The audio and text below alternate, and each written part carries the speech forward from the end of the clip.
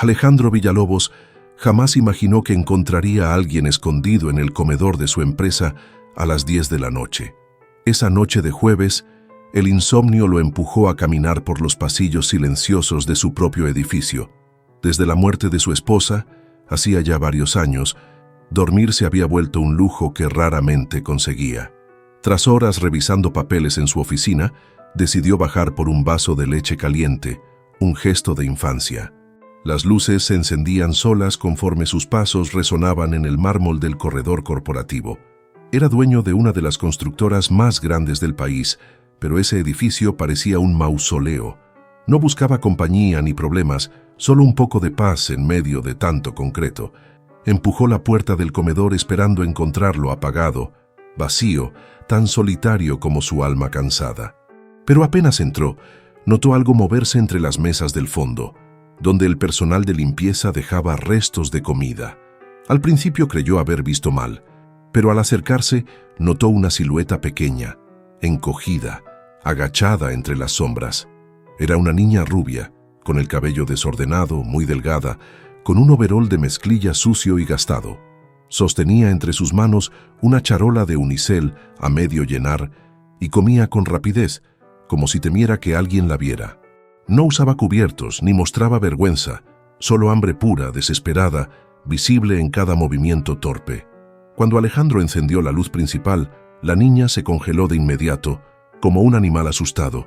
La charola cayó de sus manos y el arroz con frijoles se esparció por el suelo impecable del comedor. La niña lo miró con los ojos muy abiertos, llenos de pánico, y rápidamente se arrodilló.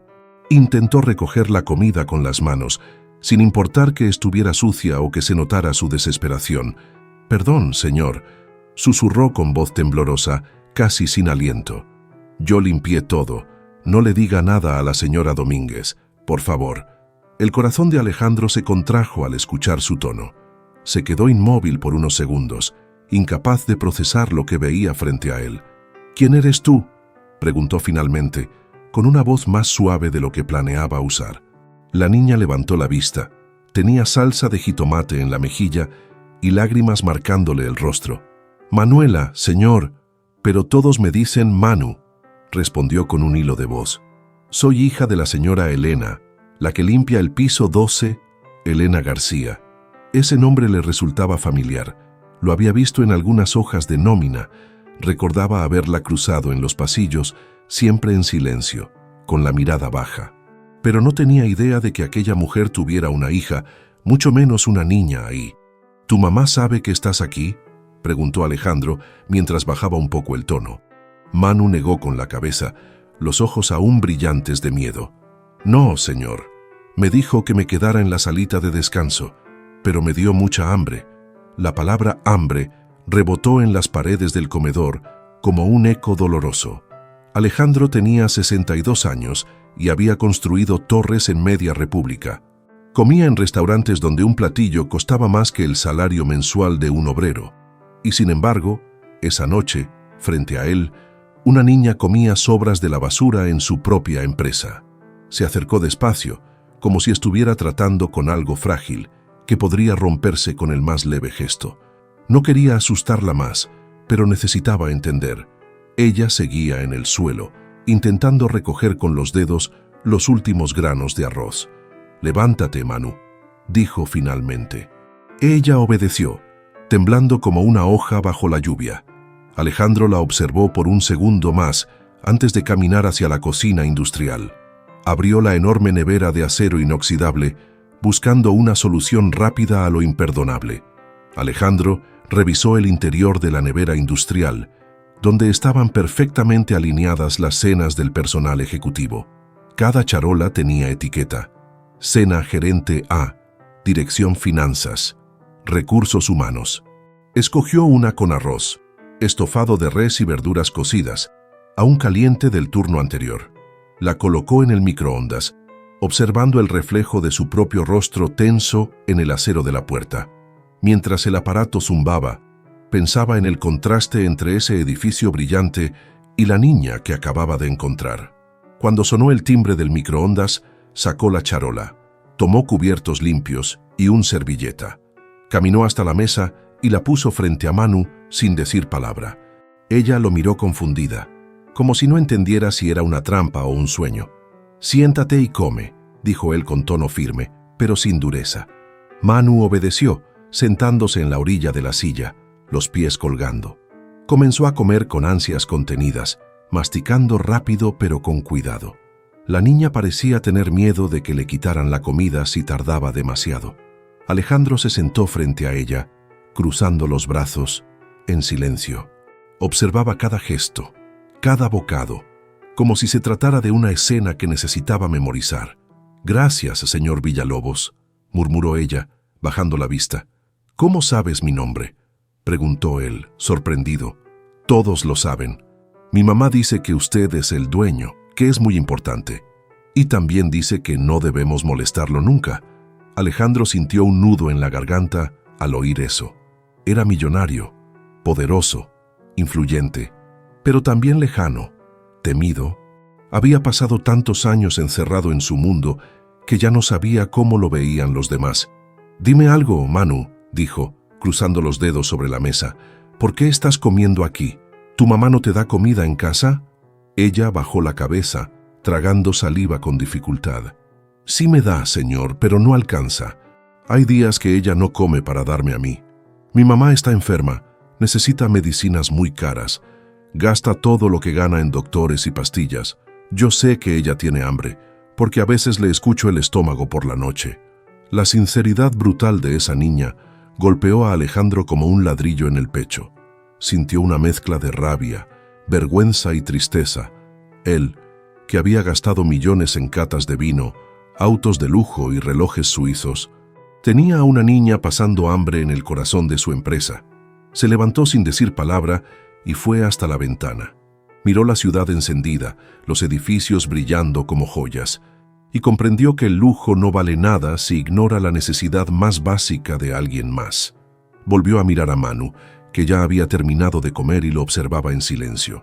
Sus ojos eran grandes, inocentes, pero llenos de algo que no debería existir en un niño: resignación.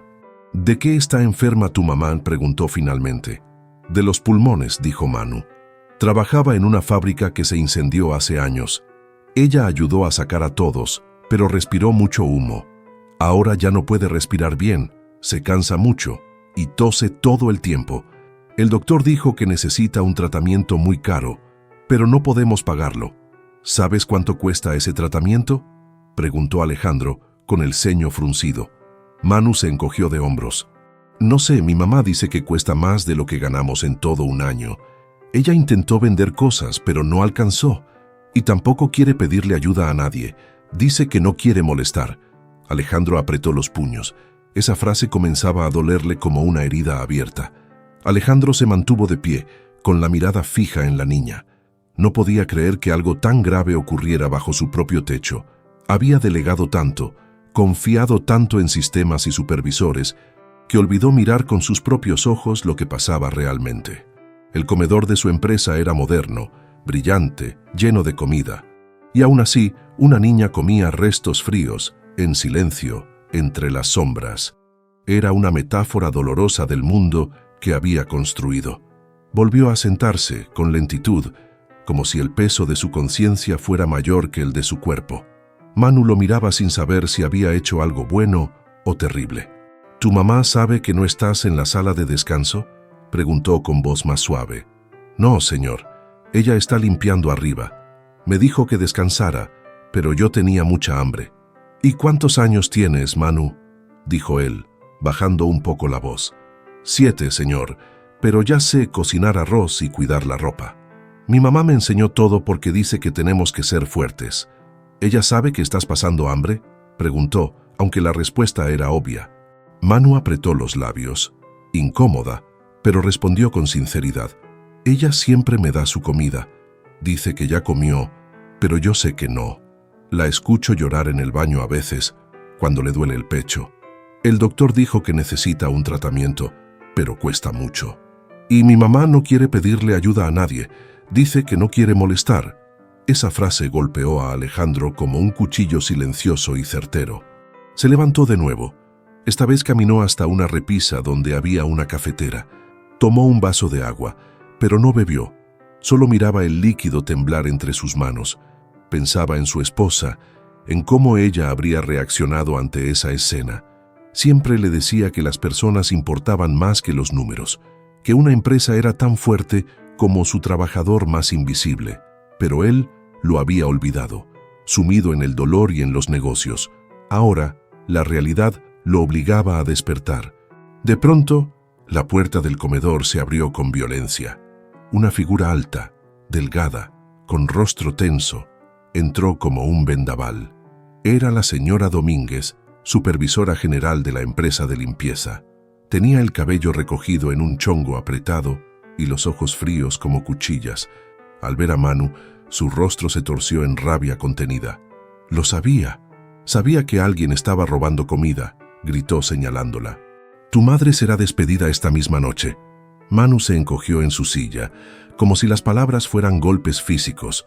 Alejandro dio media vuelta lentamente, enfrentando a la mujer. Su rostro estaba sereno, pero su mirada era un aviso. Señora Domínguez, ¿me puede explicar qué está haciendo? Ella tartamudeó por un segundo, sin reconocerlo del todo. Señor Villalobos, yo no sabía que usted estaba aquí, pero esta niña está robando y su madre es responsable. No, esta niña está comiendo lo que ustedes tiran a la basura, y su madre está limpiando los pisos para que usted no tenga que hacerlo. ¿Quién es usted para amenazar a una niña hambrienta? El tono de Alejandro cambió, más firme, más grave. No está en su lugar. Usted no está aquí para castigar, sino para cuidar. La supervisora intentó responder, pero sus palabras se quedaron atoradas, y Alejandro ya había tomado una decisión clara. Alejandro dio un paso hacia adelante, sin levantar la voz, pero con autoridad absoluta. Señora Domínguez, usted está en mi edificio, en mi empresa, y acaba de levantarle la voz a una niña indefensa. Eso es inaceptable. Queda usted despedida. Puede retirarse de inmediato. La mujer se quedó paralizada, con la boca entreabierta por el asombro. Señor Villalobos, llevo 15 años trabajando aquí. ¿Y en 15 años no notó que una trabajadora se estaba muriendo de hambre? ¿O sí lo notó y no le importó?, agregó él, mirando directo a sus ojos. La supervisora bajó la vista, derrotada por la vergüenza o por el miedo. Váyase antes de que llame a seguridad. Domínguez recogió su bolsa y salió furiosa, azotando la puerta detrás de sí. El comedor volvió a quedarse en silencio, como si el aire se hubiera detenido. Alejandro respiró profundo y sacó su celular del bolsillo. Marcó un número sin pensarlo 2 veces. Doctor Méndez, soy Alejandro Villalobos. Disculpe la hora. Necesito que reciba a una paciente mañana a las 9. Es un caso pulmonar delicado. Por favor, atiéndala como a mí. Sí, usted puede cobrar todo a mi nombre. Gracias. Colgó y volvió a mirar a Manu, que lo observaba sin entender del todo. En sus ojos había confusión, pero también esperanza. Alejandro se acercó a ella y le acarició suavemente el cabello. Tu mamá irá mañana con el mejor neumólogo de la ciudad. El doctor la revisará y le dará el tratamiento que necesita. No tienes que preocuparte más por eso. Manu parpadeó varias veces, como si no pudiera creer lo que escuchaba. En ese instante, la puerta del comedor se abrió otra vez. Era Elena, la madre de Manu, pálida como una sábana. Sus ojos iban de su hija a su jefe, nerviosa y temblando. Señor, yo no sabía que ella había salido de la salita. Le juro que no fue mi intención causarle problemas. Por favor, no me despida. Necesito este trabajo. Se lo ruego. Alejandro señaló una silla y le indicó que se sentara. Elena obedeció sin dudar, sosteniendo fuerte la mano de su hija. Su respiración era corta. Su expresión mezclaba miedo y agotamiento. Se sentó al borde de la silla, esperando la sentencia. Alejandro los observó a ambas durante unos segundos. Después se sentó frente a ellas con los codos sobre la mesa. La señora Domínguez ha sido despedida, dijo con firmeza. Usted, en cambio, va a recibir ayuda. Elena negó con la cabeza, entre sollozos. Yo no quiero molestar, solo quiero trabajar. No quiero que piense que vine a pedirle lástima. No es lástima, señora Elena. Es justicia. Usted ha trabajado años aquí sin faltar un solo día. Nunca pidió ayuda, ni se quejó, ni exigió nada. Y aún así su hija está comiendo de la basura. Eso no puede volver a pasar. No en mi empresa. Elena soltó un suspiro entrecortado y bajó la cabeza. Manu la abrazó por la cintura, como si temiera perderla. Alejandro se acomodó en su silla, cruzando las manos con calma. «Elena, ¿cuántos años lleva trabajando aquí?», preguntó sin elevar la voz. «Casi 8, señor», respondió ella con dificultad, tragando saliva. «¿Y en todos esos años pidió algún adelanto, algún beneficio, alguna ayuda médica?». «No, señor, nunca. No quería incomodar». Alejandro asintió en silencio, apretando la mandíbula con fuerza. Las palabras «no quería incomodar» volvían a sonar como un eco doloroso. «¿Está usted enferma?», preguntó, aunque ya lo sabía por Manu. Elena bajó la mirada, los ojos llenos de lágrimas. «Tengo problemas en los pulmones desde hace años. Rescaté a varias personas de un incendio en la vecindad donde vivía. Inhalé mucho humo. Desde entonces tengo secuelas. Pero yo trabajo igual, nunca falto, cumplo con todo. Solo no tengo dinero para el tratamiento». Alejandro respiró hondo, conteniendo el nudo en la garganta. «¿Y su hija viene todas las noches con usted?». «No siempre, solo cuando no tengo con quién dejarla. La dejo en la salita de descanso con una cobija y algo de pan. Pero hoy no alcanzó, no tuvimos para comprar nada. Yo le di mi cena, pero no fue suficiente. Se escapó porque tenía mucha hambre». Manu seguía abrazada a su madre, con la cabeza recargada en su brazo. Sus ojos estaban abiertos, pero ya no había miedo en ellos, solo cansancio y una chispa de esperanza que empezaba a nacer. Alejandro observó el cuadro frente a él, tan simple y tan devastador. Una madre luchando sola, una hija valiente y un sistema que había fallado. Y en medio de todo eso, él, un hombre que por años había estado ciego, hasta que decidió bajar por un vaso de leche. «Elena», dijo con voz firme, pero suave, «usted no va a perder su empleo. Al contrario, quiero que mañana mismo pase a Recursos Humanos. Será promovida a coordinadora de operaciones de limpieza. Ese puesto le dará un mejor salario, seguro médico y bonos». Elena abrió los ojos con incredulidad, negando con la cabeza. «No, señor, no hace falta. Yo solo. No es caridad. Es lo justo. Y usted se lo ha ganado». Manu lo miró con los ojos muy abiertos, como si viera un milagro. Elena rompió en llanto, cubriéndose el rostro con las manos. Alejandro se levantó y colocó una mano firme sobre su hombro. «No tiene por qué agradecerme. Solo debí haberlo hecho antes. La injusticia no es culpa suya, es culpa mía por no mirar. Y eso no va a volver a pasar, se lo prometo». El comedor, antes frío y distante, se llenó de un silencio cálido. A partir de aquella noche, nada volvió a ser igual dentro de la empresa. Alejandro dejó de ser una figura distante encerrada en su oficina de cristal. Empezó a caminar por los pasillos, a saludar por su nombre a los empleados. No por imagen, no por estrategia, sino porque algo dentro de él se había roto. O tal vez, algo se había reconstruido con más sensibilidad. Pensaba constantemente en Elena, en Manu y en lo fácil que fue ignorarlas. Y decidió que eso no volvería a pasar nunca más. El día después del encuentro, Elena asistió al Hospital San Lucas. El doctor Méndez la recibió como a una paciente VIP, por orden directa de Alejandro. Le realizaron estudios completos y comenzaron el tratamiento pulmonar de inmediato. Aunque sería un proceso largo, el médico dijo que había esperanzas reales. Elena, por primera vez en años, salió del hospital sin miedo. No entendía del todo lo que estaba pasando, pero sentía que ya no estaba sola. Y eso la hacía respirar, aunque sus pulmones aún no pudieran. Alejandro se reunió con el Departamento de Recursos Humanos esa misma semana. Ordenó la revisión de todos los contratos tercerizados, uno por uno. Canceló el contrato con la empresa anterior y contrató una nueva, con mejores condiciones. Estableció como requisito mínimo sueldo digno, seguro médico y bono familiar. Quería asegurarse de que nadie en su compañía viviera con miedo o necesidad básica. El comedor fue adaptado para funcionar las 24 horas del día, con alimentos de calidad.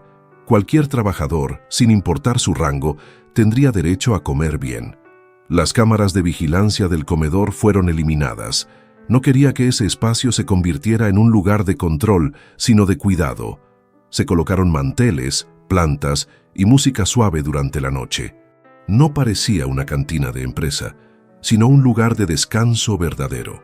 Alejandro entendió que dignificar no era un lujo, era una responsabilidad. Y mientras el mundo seguía hablando de productividad, él pensaba en humanidad. Esa se volvió su nueva inversión más valiosa.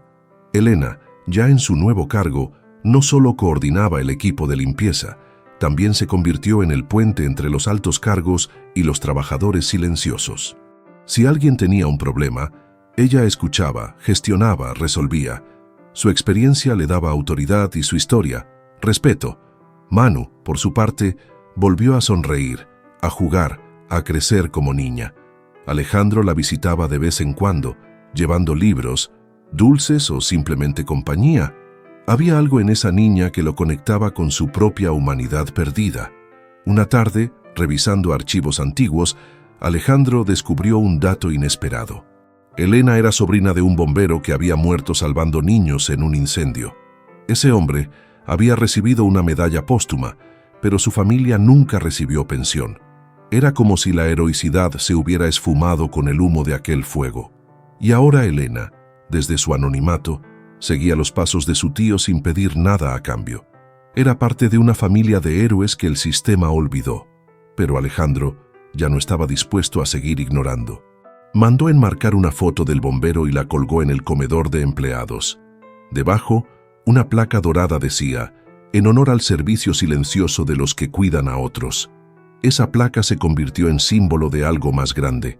No era solo una memoria, era una promesa de mirar, de escuchar, de actuar, de no dejar que el valor, el esfuerzo o la necesidad pasen desapercibidos, porque el verdadero liderazgo no se ejerce desde arriba, sino desde adentro. El cambio dentro de la empresa no fue inmediato, pero sí constante y visible. Lo que antes era una cultura rígida empezó a suavizarse desde lo más alto. Alejandro implementó un fondo de emergencia para trabajadores en situaciones críticas. Este fondo incluía cobertura médica extendida, apoyo psicológico y alimentario. Además, creó un programa de becas para hijos de empleados de bajos recursos, todo con recursos personales, sin usarlo como herramienta de marketing. No quería reconocimiento, solo quería reparar una deuda moral. El comedor se convirtió en un símbolo. Ya no era solo un lugar para comer, sino para convivir, compartir, descansar. Los empleados de limpieza, antes invisibles, ahora comían junto a supervisores y gerentes. No por obligación, sino porque el ambiente lo permitía. Elena solía sentarse entre ellos, preguntando cómo estaban, qué necesitaban. Muchos decían que jamás habían sentido algo así en un lugar de trabajo. Y todo había comenzado con una niña comiendo arroz frío en el suelo. Manu empezó a ir a la escuela con regularidad. Alejandro se aseguró de que tuviera uniforme nuevo, útiles y transporte seguro. La inscribió en una escuela cercana con excelencia académica y enfoque humano. La niña pasó de tener miedo a sonreír con naturalidad, de esconderse a expresarse. Cada día traía dibujos que colgaba en la pared del comedor, llenos de color. Su evolución era testimonio vivo de lo que ocurre cuando alguien es visto y valorado. Los empleados empezaron a llamarla la alegría de la empresa. Alejandro, por su parte, redescubría partes de sí mismo que había enterrado. Empezó a llegar más temprano a la oficina y a salir más tarde, no por trabajo, sino por conexión. Recorría los pasillos, saludaba por nombre, escuchaba historias. Aprendió que detrás de cada uniforme había una historia digna de ser contada. Cada rostro tenía cicatrices, sueños, hijos, luchas, y ninguna métrica empresarial le había enseñado eso. Su esposa, si pudiera verlo, estaría orgullosa. En una reunión con empresarios, alguien le preguntó por qué tanto cambio. Alejandro respondió sin rodeos: porque un día encontré a una niña con hambre bajo mi techo y entendí que no existe éxito real si alguien sufre en silencio en tu propia casa. Esa frase se volvió viral cuando fue citada en redes sociales y conferencias, no por drama, sino por verdad, porque en el fondo todos sabían que algo así podía pasarles, y la mayoría simplemente decidía no mirar. Poco a poco, otras empresas comenzaron a copiar sus prácticas. Fondos similares, mejoras salariales, comedores comunitarios. El gesto de Alejandro había encendido una chispa que se volvía fuego. No era una moda ni una campaña, era una revolución silenciosa, una revolución que nacía desde la dignidad y la empatía, desde el acto simple de preguntarse ¿quién está pasando hambre aquí? Y tener el valor de escuchar la respuesta. Elena fue invitada a contar su historia en foros de trabajo justo. Con nervios, pero con firmeza, hablaba de su experiencia, no como víctima, sino como testimonio de resiliencia. Manu la acompañaba a veces, con un moño en el cabello y una sonrisa amplia. Juntas representaban algo más que una historia conmovedora.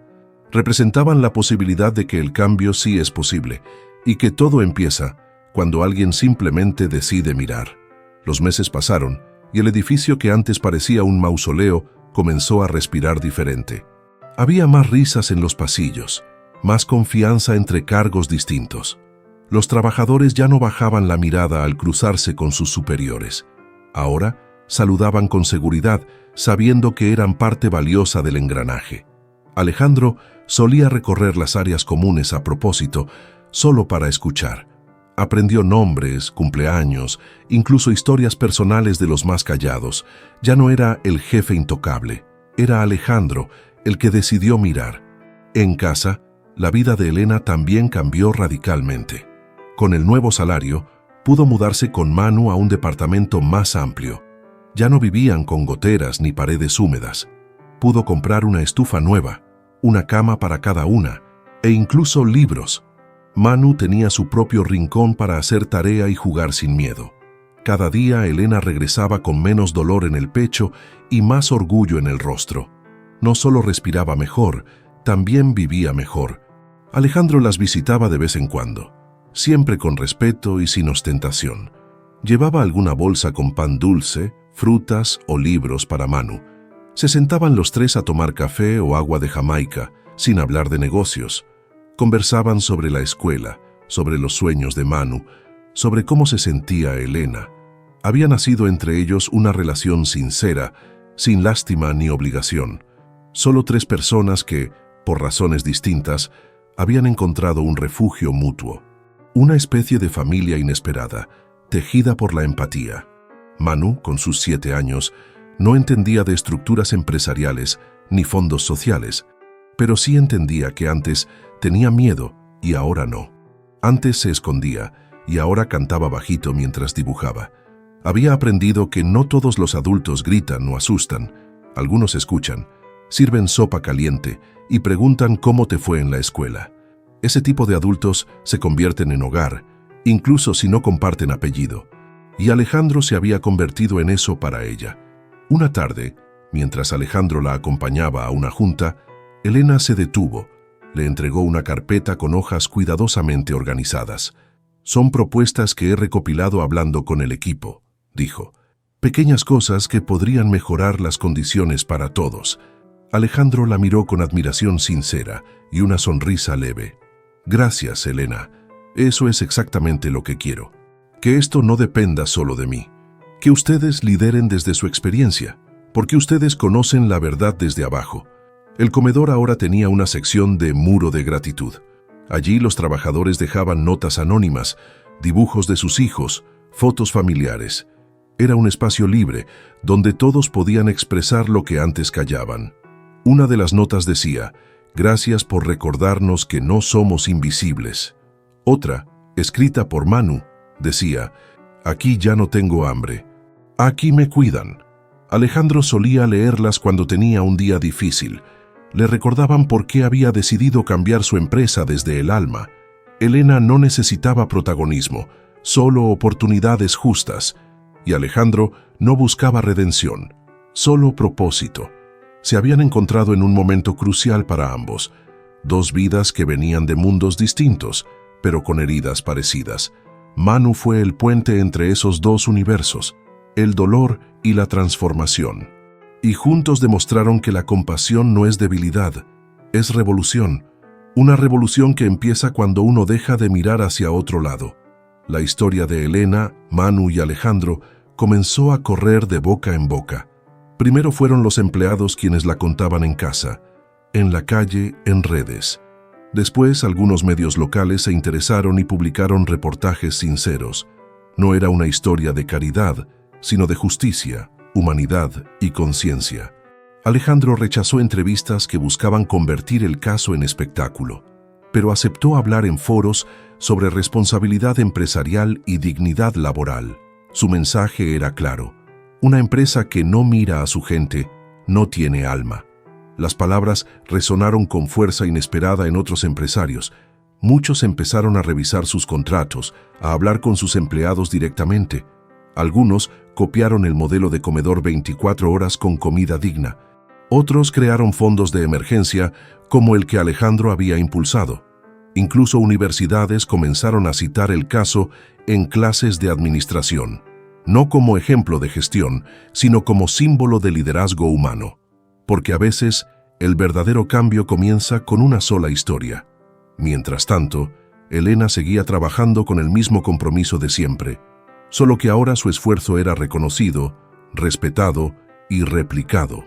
Creó un pequeño equipo de bienestar interno donde escuchaba sugerencias del personal. Implementó turnos más humanos, pausas activas y mejoras en los espacios comunes. Su equipo la veía como una líder natural, fuerte y empática. Y ella, aunque aún con secuelas respiratorias, caminaba con la cabeza en alto. Sabía que su voz, antes ignorada, ahora generaba transformación. Manu seguía creciendo en medio de un entorno seguro y amoroso. Pasó de ser una niña silenciosa a una estudiante curiosa y brillante. Sus dibujos seguían decorando el comedor y los pasillos. Un día, pintó a su madre con una capa de heroína, rodeada de estrellas, y al lado dibujó a Alejandro con una sonrisa, sirviendo un plato de comida. La imagen fue enmarcada y colgada en la entrada del edificio administrativo. Todos los que entraban la veían, y muchos se detenían a leer la dedicatoria. Gracias por vernos. Alejandro no buscaba ser héroe, solo quería dormir en paz. Desde aquella noche ya no necesitaba pastillas para conciliar el sueño. No porque sus problemas hubieran desaparecido, sino porque su conciencia estaba tranquila. Sabía que cada decisión suya ahora tenía un peso real en la vida de otros. No vivía solo para construir edificios, sino para levantar personas. Su riqueza no se medía más en cifras bancarias, sino en sonrisas, cambios y oportunidades. Y esa era una fortuna que ningún mercado podía calcular. En uno de los congresos donde fue invitado a hablar, terminó su discurso con una reflexión. Muchas veces creemos que cambiar el mundo requiere millones o poder político, pero a veces basta con bajar una escalera, mirar una esquina oscura y escuchar. El problema no era la niña que comía del suelo. El problema era que nadie la veía. El verdadero liderazgo comienza cuando decides no ignorar lo que te incomoda. Esas palabras se volvieron virales, no por su forma, sino por su verdad, y tocaron el corazón de miles de personas que habían olvidado mirar. Alejandro no se convirtió en santo ni en mártir, solo en un hombre más humano. Supo que el cambio profundo no ocurre en discursos, sino en actos cotidianos, y que todos, desde su lugar, pueden ser parte de ese cambio. Solo necesitan detenerse, ver, escuchar y actuar, porque todos conocemos a una Elena, todos hemos ignorado a una Manu, y todos tenemos la opción de ser Alejandro. Solo hace falta un momento, un silencio, una decisión. A medida que pasaban los meses, el impacto de aquella noche se sentía más fuerte. No era solo una historia para recordar, era un antes y un después real.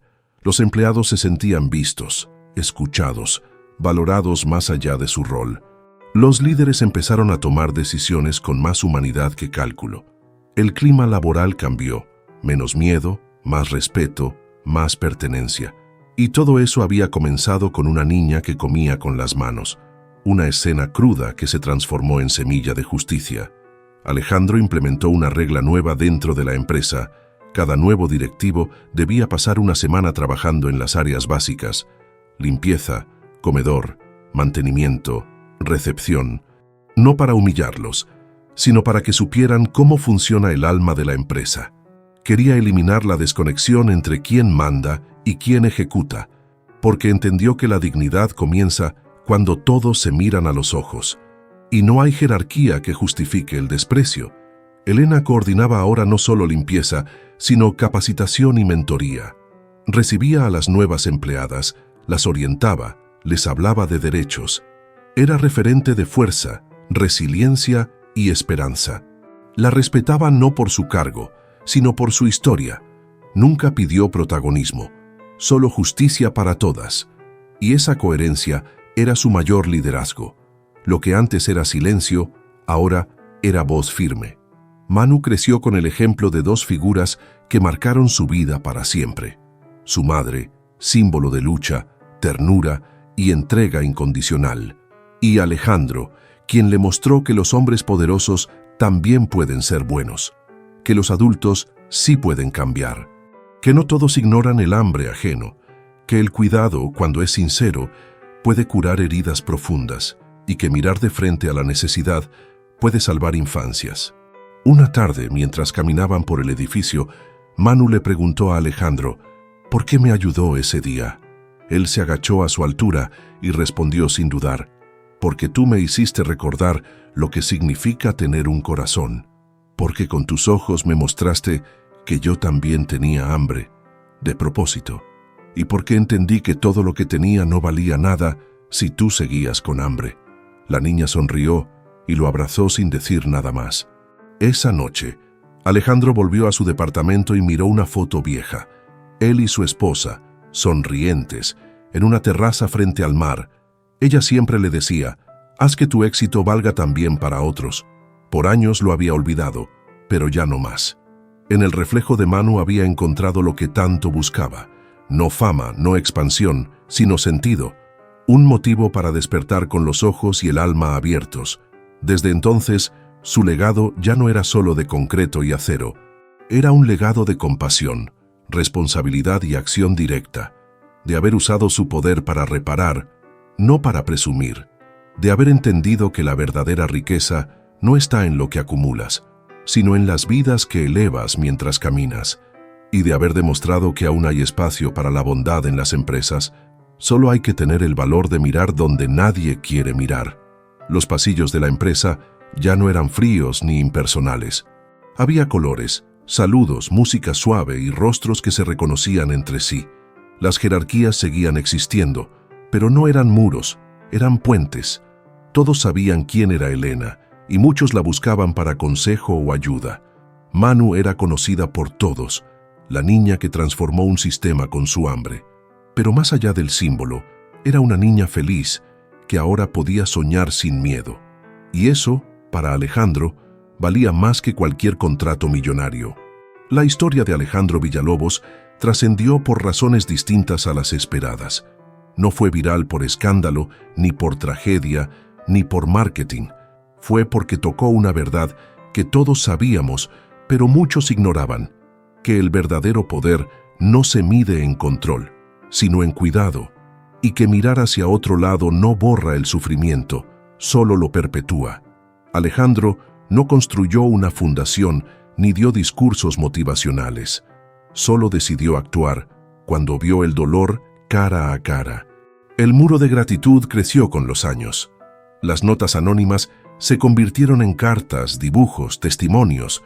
Una decía: gracias por tratarme como persona y no como número. Otra: aquí encontré dignidad, aquí volví a creer. Eran pequeñas frases, pero cargadas de una fuerza que ningún gráfico puede medir.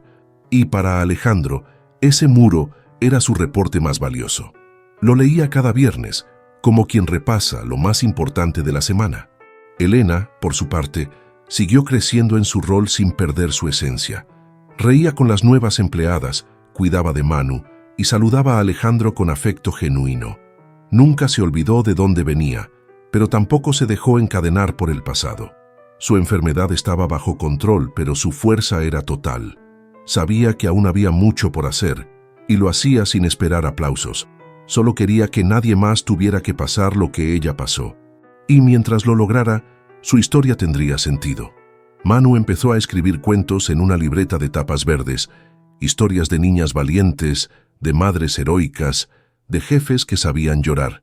Quería ser escritora para contar todo lo que su corazón guardaba. Alejandro le prometió que publicaría su primer libro cuando estuviera lista. Ella sonrió y dijo: «Pero no quiero que diga mi nombre, solo que es de alguien que fue vista». Y así, desde su inocencia, resumió el corazón de toda la historia. Porque a veces, todo lo que alguien necesita es ser visto. Una tarde, mientras el sol bajaba sobre la ciudad, Alejandro escribió una frase en su libreta: «Quien no ve al que limpia sus pisos, tampoco merece caminar sobre ellos». Cerró el cuaderno y miró hacia el horizonte. No sabía cuántos años le quedaban, ni cuántos edificios más construiría, pero sí sabía que su legado ya estaba edificado, no en concreto, sino en memoria, en respeto, en humanidad. Y eso era lo único que valía realmente la pena conservar, porque en este mundo apresurado, competitivo y ruidoso, a veces lo más revolucionario es detenerse y mirar. A veces pensamos que ayudar significa donar millones o fundar organizaciones, que solo los grandes pueden transformar realidades. Pero la historia de Elena y Manu nos muestra otra cosa, que todo puede comenzar con una mirada, con una pregunta, con un gesto simple, que no se necesita ser perfecto para hacer lo correcto. Solo se necesita estar dispuesto a ver el dolor que evitamos y decidir que ya no vamos a ignorarlo. Alejandro no salvó a un país ni cambió todas las injusticias del mundo, pero cambió el universo de 2 personas. Y eso fue suficiente para encender una cadena de cambios reales, porque cuando transformas una vida con respeto, esa vida transforma otras, y así comienza un movimiento que no necesita pancartas, solo coherencia. Una revolución silenciosa que empieza en lo invisible, como una niña escondida en un comedor, con hambre y miedo. Elena no pidió nada, trabajó en silencio, como muchos lo hacen. Y Manu no lloró para dar lástima, solo tenía hambre. Pero alguien las vio y eligió no mirar para otro lado. Esa fue la diferencia entre sobrevivir y vivir con dignidad. Porque la compasión no es debilidad, es coraje puro. Y la dignidad no se regala, se garantiza. Todo líder debería recordar eso. La historia se cerró en los papeles, pero sigue viva en cada gesto diario, en cada comida compartida, en cada promoción justa, en cada conversación sincera, en cada niño que ya no tiene miedo de ir con su madre a trabajar, y en cada jefe que decide usar su poder para cuidar, no solo para mandar, porque la verdadera riqueza no está en lo que tienes, sino en cuántas vidas transformas simplemente prestando atención. Y Alejandro finalmente había comprendido eso. Hoy, Manu escribe cuentos donde las niñas vencen el silencio, donde las madres no se rinden y los jefes tienen corazón, donde la justicia no es un milagro, sino una decisión valiente. Y cada palabra que escribe es un eco de aquella noche. Una noche que empezó con leche caliente y terminó con la reconstrucción de algo más profundo, la humanidad de un hombre y el futuro de una niña. Si esta historia tocó tu corazón de alguna forma, te invito a dejar un me gusta y suscribirte a nuestro canal. Comparte en los comentarios desde qué ciudad y a qué hora nos estás viendo. Y cuéntanos, ¿alguna vez ayudaste a alguien que parecía invisible para los demás? ¿Has sido tú esa persona que necesitaba ser vista y escuchada? Tu testimonio puede inspirar a muchos. Nos vemos en la próxima historia. Gracias por mirar. Gracias por sentir. Gracias por no mirar hacia otro lado.